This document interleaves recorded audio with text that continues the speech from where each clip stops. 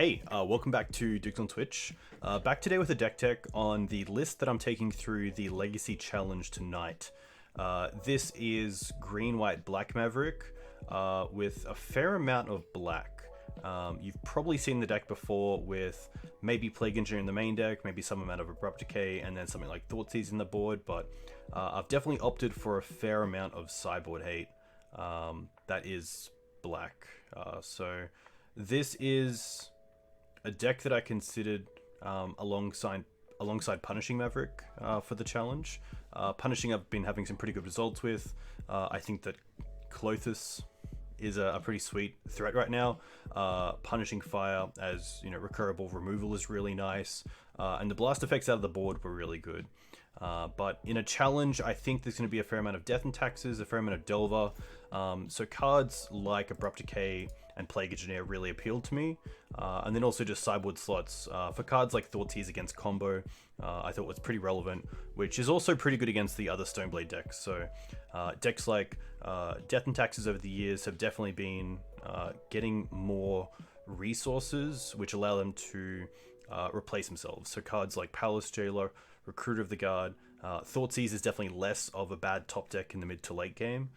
So I do like Thoughtseize in those matchups as well. I'm just going to start from the mana base and move the way onto the right and go from there. The mana base is pretty straightforward. Basics in 2 forests and 1 plains, pretty optimal for green, white, black Maverick. I am running 3 black jewels, 2 bayous, a Scrubland, and then 2 Savannahs, 7 fetches, and then a pretty normal mix of utility lands: Dryad Arbor, Canopy, Karakas, Cradle, 4 wastelands. Nothing stands out here. I really just want a solid mana base, so I went with 23 lands, 22 if you take out the Dryad Arbor, or the Cradle if you seeing how you count Cradle. But yeah, I didn't want to change up too much with the mana base. I was considering dropping an extra forest for another fetch land, but I think having 2 forests in the deck is really nice. It means that against a lot of decks, I can just play off the 3 basics in the early game, and obviously gives me a few more outs to cards like Back to Basics, which is kind of nice. For the mana dorks, I went with 3 Hierarchs and 2 Birds. Overall, I would say Hierarch is just a better mana dork, especially because it can attack. It aids those other creatures attacking. In a Stone Forge list, I'd probably play more Hierarchs just because of how it helps with equipped creatures. But I do like the bird. Obviously produces black mana, which Noble Hierarch doesn't. And I want to make sure that I can cast my black spells. There's definitely times against decks like Delver where they can be pretty aggressive with Wasteland. So you're getting your black source hit and not having the ability to draw into another one, or maybe you have used your fetch lands early on for other mana. It can be pretty tough. So I do want to have as much of an option to go for black mana when I want, and to have 2 birds in the deck means that I can green suns for 1 even if I have one in my opening hand, which is nice. Bird's also nice just to buy some time. Delver can be a deck where the 3 life really matters, so being able to buy a turn just by blocking, the same with Marit Lage is really nice. So I do like Bird for that reason. To kind of the Death and Taxes portion of the deck, we have 3 Mums and 4 Thalia. Mum's in an interesting position because Plague Engineer, of course, is pretty good against this deck, with Thalia, Noble, and Mum all being humans. But I got a little bit sick of playing silver bullets like Gaddock Teeg, but not having any way to actually protect them. So up against a deck like Bant Miracles, obviously Gaddock Teeg is fantastic against cards like Terminus and Jace, but is pretty weak to Swords to Plowshares outside of Karakas when you don't have Mother in the deck. And if your opponent is swordsing your Gaddock Teeg and you're Karakasing it, it's not going to be there for their turn, which is when it really counts. So I did want to have more protection, and I think against Delver, again, it really puts pressure on them having removal in the opening hand and using it on the Mum. There's not too many decks that can deal with a Mum in an efficient way once it untaps outside of something like Plague Engineer, so I do think Mum is pretty good.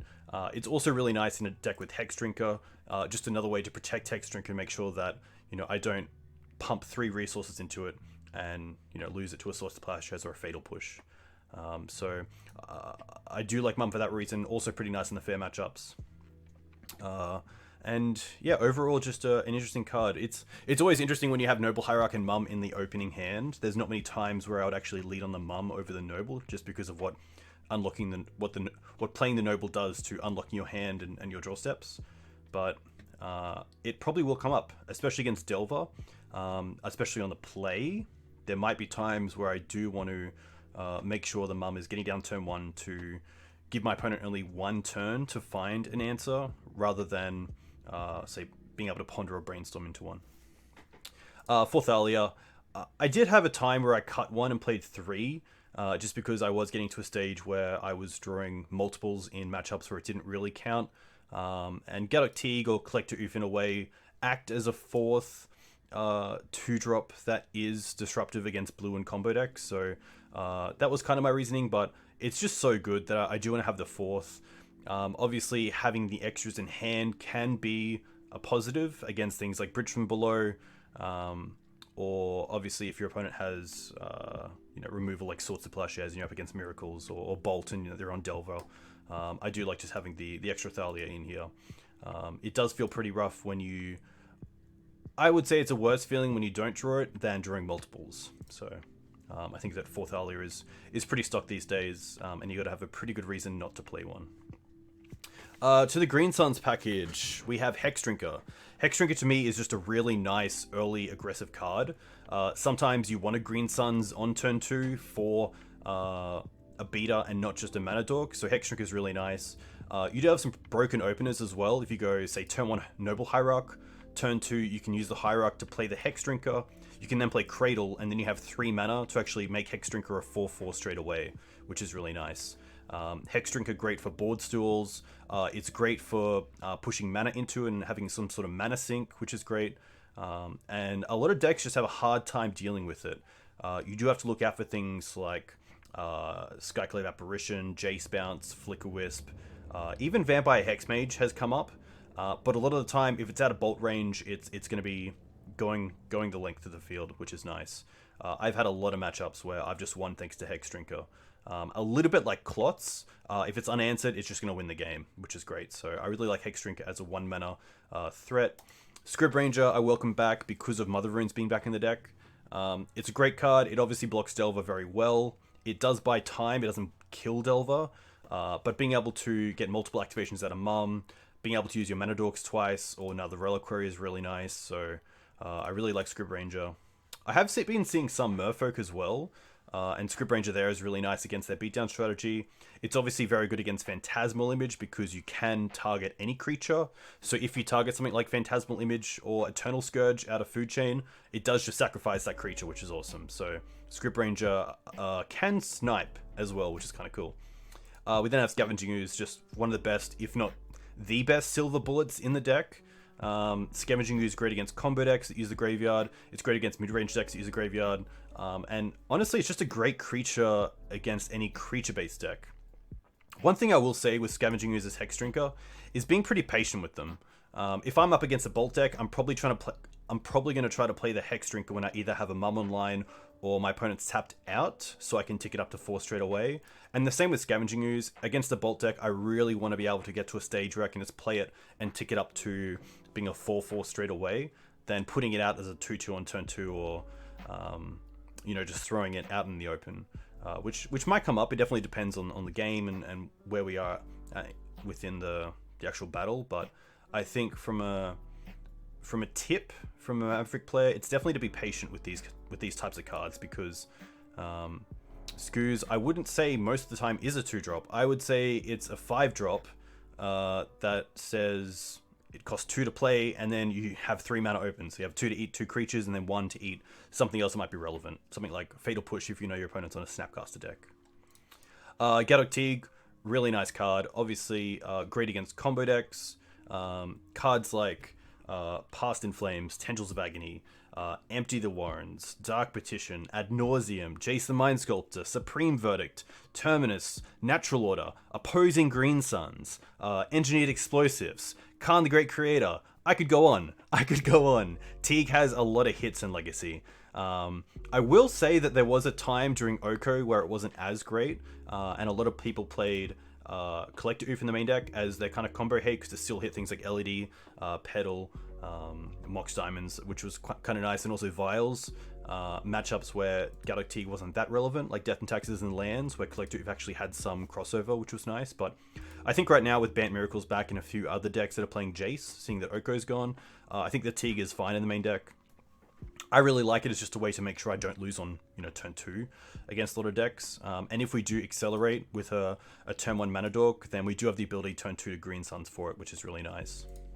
Knight of Autumn, Swiss Army Knight, as some people call it, is just a really nice card to have in the deck. Obviously, dealing with artifacts and enchantments in game 1 can be backbreaking for your opponent that don't know that you have it.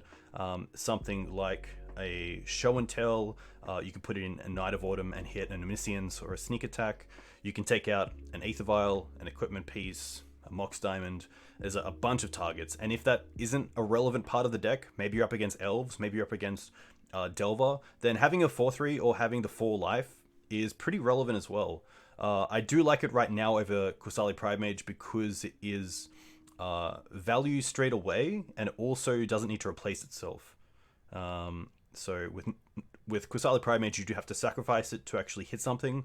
With Knight of Autumn, you get to hit something, and then your opponent also has to deal with the Knight, which is kind of nice. So typically a 2-for-1, just a really nice creature. I do also have Abrupt Decays in this deck, so needing the instant speed of Qasali Pridemage is less needed than the, I guess, the flexibility of Knight of Autumn. Ramunap Excavator, obviously pretty good with Wasteland. Also great in the late game, getting back things like Canopy, which I just took out of the deck. But Ramunap is really nice. It also gives you the out of just having a blocker every turn in Dryad Arbor against something like Gomag Gangler or Tarmogoyf, which is really nice. I will say that also happens with Scryb Ranger, because Scryb Ranger says return a forest to your hand to activate its ability. Dryad Arbor is a forest, so you can block a creature with Dryad Arbor, return it with Scryb Ranger. Play it again, return, rinse, repeat. It's kind of same with Ramunap. Ramunap also nice at just making sure you can come back from something like a quick Wasteland from your opponent. A deck like Rug Delver might try to Wasteland you up pretty early on, but if you can land a Ramunap and then start making those land drops again, you're going to be in really good shape. Ramunap also obviously quite nice with Tireless Tracker, a card that generates card advantage over time. It does create clues, which is nice, and something that is just another way to spend your mana, which is nice. Especially in a deck with Cradle, you can crack a lot of clues each turn, which is pretty awesome. Tracker I've actually played over the 4th night in this build. I was finding that the CMC of this deck was pretty high overall on average, so I wanted to play the Tracker because Tracker is just a better 3-drop against decks like Bant Miracles, where Wasteland isn't really that great. You do still want a threat on the field, but one that also generates some sort of advantage, and in this case it's hopefully card advantage. Tracker again is probably not a 3-drop all the time. I would tend to play it, if I do have the luxury of it, to play it as a 4-drop. So playing it and then playing a land straight after to make sure you get that clue token. Hopefully a fetch land, but a dual land is more than fine.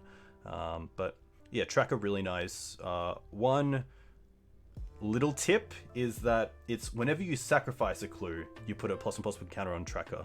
So if your opponent makes you sacrifice permanents, you can just sacrifice clues, and then the Tracker still gets the +1/+1 counters, which is awesome. So if you're up against Sneak and Show and you have lethal next turn, or you don't think you have lethal next turn, if your opponent attacks with something like an Emrakul, you can sack your clues, your Tracker then gets bigger, and then you might be able to swing back for lethal, which is kind of cool. But it doesn't usually come up, but if it does, it's a pretty cool time.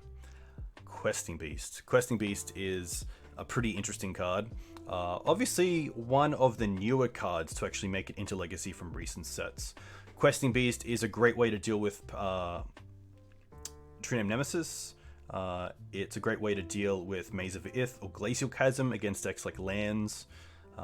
It's great at killing Planeswalkers. It's great against a lot of the sort of nuisance cards. Cards like Baleful Strix, Icewind Quietal can't block this, of course, being 2 power or less. It's legendary, so you can protect it. It's just a really nice way to finish off opponents. And it's actually really nice in a creature deck to have access to a creature with haste.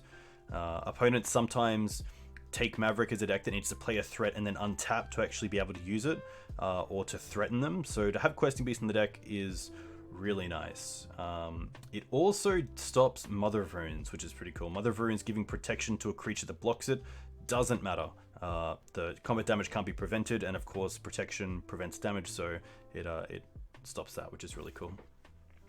To what I like to call the consistency of the deck is 4 Green Suns, 3 Knights, and 2 Sylvan Libraries. Libraries I really like because they allow you to attack on a different axis.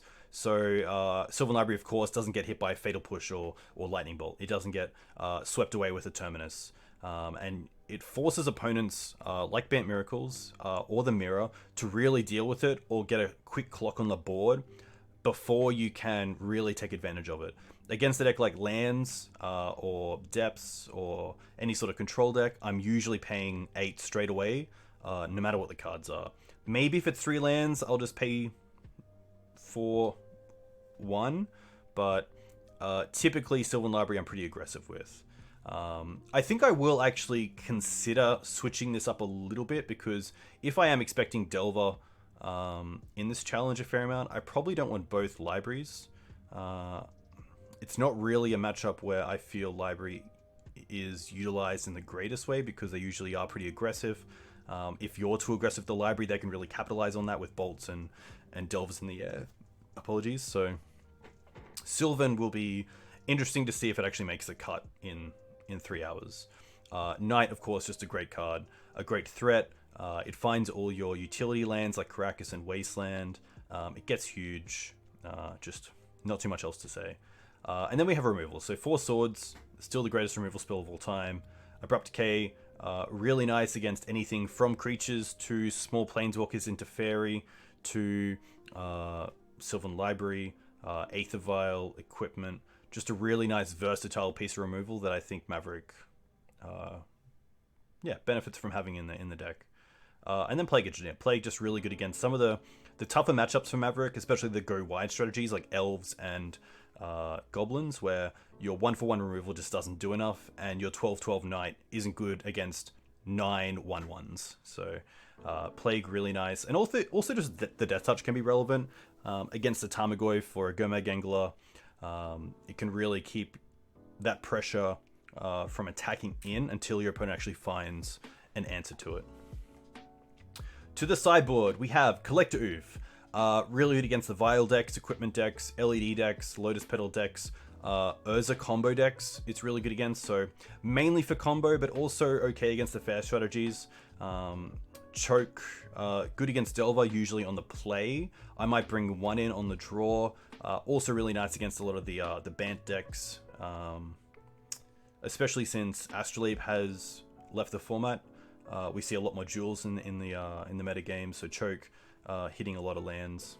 Thoughtseize, I just wanted some turn 1 interaction, to be fair, and Thoughtseize great against both combo, control, and mid-range, so I really like Thoughtseize. Opposition Agent is a new one, and I did want to have some spice here, and I think Opposition Agent is pretty good. It does make some of our poor matchups better, which I think is a key consideration to ask yourself when you're adding cards to a deck. Does this actually make my bad matchups better? Does it make my, does it just make my best matchups even better? Like, is there any reason for this deck, which has a great matchup against Eldrazi, to run, more Eldrazi hate? No, I'd rather focus on maybe making some of those 50-50 matchups, maybe 60-40 post board. Something like Doomsday, this card is obviously great against, but Doomsday is a pretty terrible matchup for Maverick, so I'm not going to pile a ton of effort into making that, 90-10 matchup and 80-20, but I do like that Opposition Agent is going to be better than some of our main deck cards against that deck, but also really good against decks like Elves, like Recruit of the Guard decks in, Esper Vial or D&T, Stoneforge Mystic decks, Green Sun Zenith decks, Intuition, if I see that out of a Sneak and Show player, although again, it's like a, another 80-20 matchup. I don't really want to make it a 70-30, but Opposition Agent could be okay there. It might be better than some of the main deck cards, so Opposition Agent should be pretty cool. I also really like the Flash. There is some consideration for Aven Mind Center, because against the decks where my opponents are searching their libraries with things like Stoneforge Mystic or Recruiter of the Guard, could also be playing Wasteland. So it's really a toss-up of, am I happy to fetch out a black source pretty early on in the face of a Wasteland just to have opposition agent, compared to getting maybe even basics to cast Aven Mind Center? I think opposition agent is just a little bit better, but there's definitely an argument there, because, you know, Aven Mind Center also being a flyer, has evasion, is another blocker for Delver decks. Probably one for chat to figure out. If you have a thought on that, leave a comment. Let me know what you think. Zealous Persecution. Zealous Persecution is an interesting one, and a card that I think has lost a lot of love since the printing of Plague Engineer. So Zealous doesn't give you a body, but it does give you a lot more flexibility with how and when you want to use the effect of +1/+1 or -1/-1. So against a deck like Death and Taxes, Plague Engineer is obviously pretty great. But if you name Human, you're not naming Spirit for Spirit Labyrinth, you're not naming Elemental for Flicker Wisp. Against Elves, Plague Engineer, fantastic again, but if you're naming Elf, you're not naming Insect for Wirewood, you're not naming Dryad for Dryad Arbor. I think there are a lot of situations where Zealous is a little bit better, especially on the draw against a deck like Storm or Tess, where they are going for an early Empty the Warrens. It's nice to have earlier disruption, because sometimes turn 3 just isn't good enough, especially on the draw. So Zealous, I do want to try it out. It's going to be tough to see how it performs, because it is only a one-off, but I do like that it has also the ability to have some tricks in combat, which I think is pretty relevant as well. Gaea, Orzhov Usurper, a card that was seeing a lot more play in the previous metagame with Dreadhorde Arcanist and Astrolabe in the format. I still think Gaea has a fair few hits. It's what I'm wanting to bring in against some of the Uro decks to really leverage some way to take control of their graveyard outside of Scavenging Ooze without bringing in Leyline. I was thinking of Nihil Spellbomb. Spellbomb pretty good because it only targets one graveyard. It doesn't exile your own one, which I do use as a resource with cards like Ramunap and Knight. And it also replaces itself. It draws a card, which is great in this version because you are playing black. But Gaea, I think, just as a piece of pressure is really nice. It can deal with things like Aether Vial, Mox Diamond, Chalice. There's a lot of hits. So Gaea's pretty cool. And then the other Gaea, just really good in the mid-range control decks. The discard and draw is a replacement straight away, and your opponent has to discard, which is nice. You can make use of the exile by exiling and returning things like Night of Autumn to get an extra activation, or Plague Engineer to rename, which is kind of cool. And then it's just quite a hard Planeswalker to deal with, which is pretty good. So yeah, I wanted to play Gaea here over another 4-drop like Gideon, or Garruk Relentless, or even Elspeth, just because I do like the discard ability as well. And then Leyline. Leyline is the graveyard hate that gives me the most amount of wins. It really puts pressure on the opponent to find an answer to it before they start using the graveyard as a resource. So I do like that usually Leyline comes down, we then build out some pressure on the board, and then once our opponent has dealt with the Leyline, there's enough pressure on the board for them to not be able to deal with as well. So Leyline against a deck like Black Red Reanimator, great because it plays around Chancellor, plays around Hand Disruption. Against Dredge, fantastic. Sometimes, against Dredge, anything on the draw can be a little bit too slow. Something like a Tormod's Crypt can just be too slow. And Surgical is another card that I was thinking of because of Uro decks. There might be a case for bringing in Surgical against some of these Uro decks, but I don't want to bring in Leyline. Leyline just isn't what I want to be doing against those decks. So that's where I kind of thought of the Gaea as another way to attack graveyards without having to bring in the whole Leyline package. So that's pretty much it. I hope you guys enjoyed this.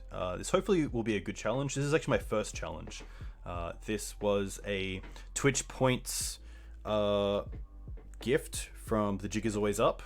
So I have a challenge tonight, and then I'll be doing a challenge, I believe, in 2 weekends time again, which should be pretty fun. So yeah, I hope you enjoyed the tech deck. I hope you enjoyed listening about the different Green Suns targets and why I play them. I hope this was good. But yeah, I'll see you soon if I see you in chat for the challenge, or when it's uploaded to YouTube. Yeah, cheers.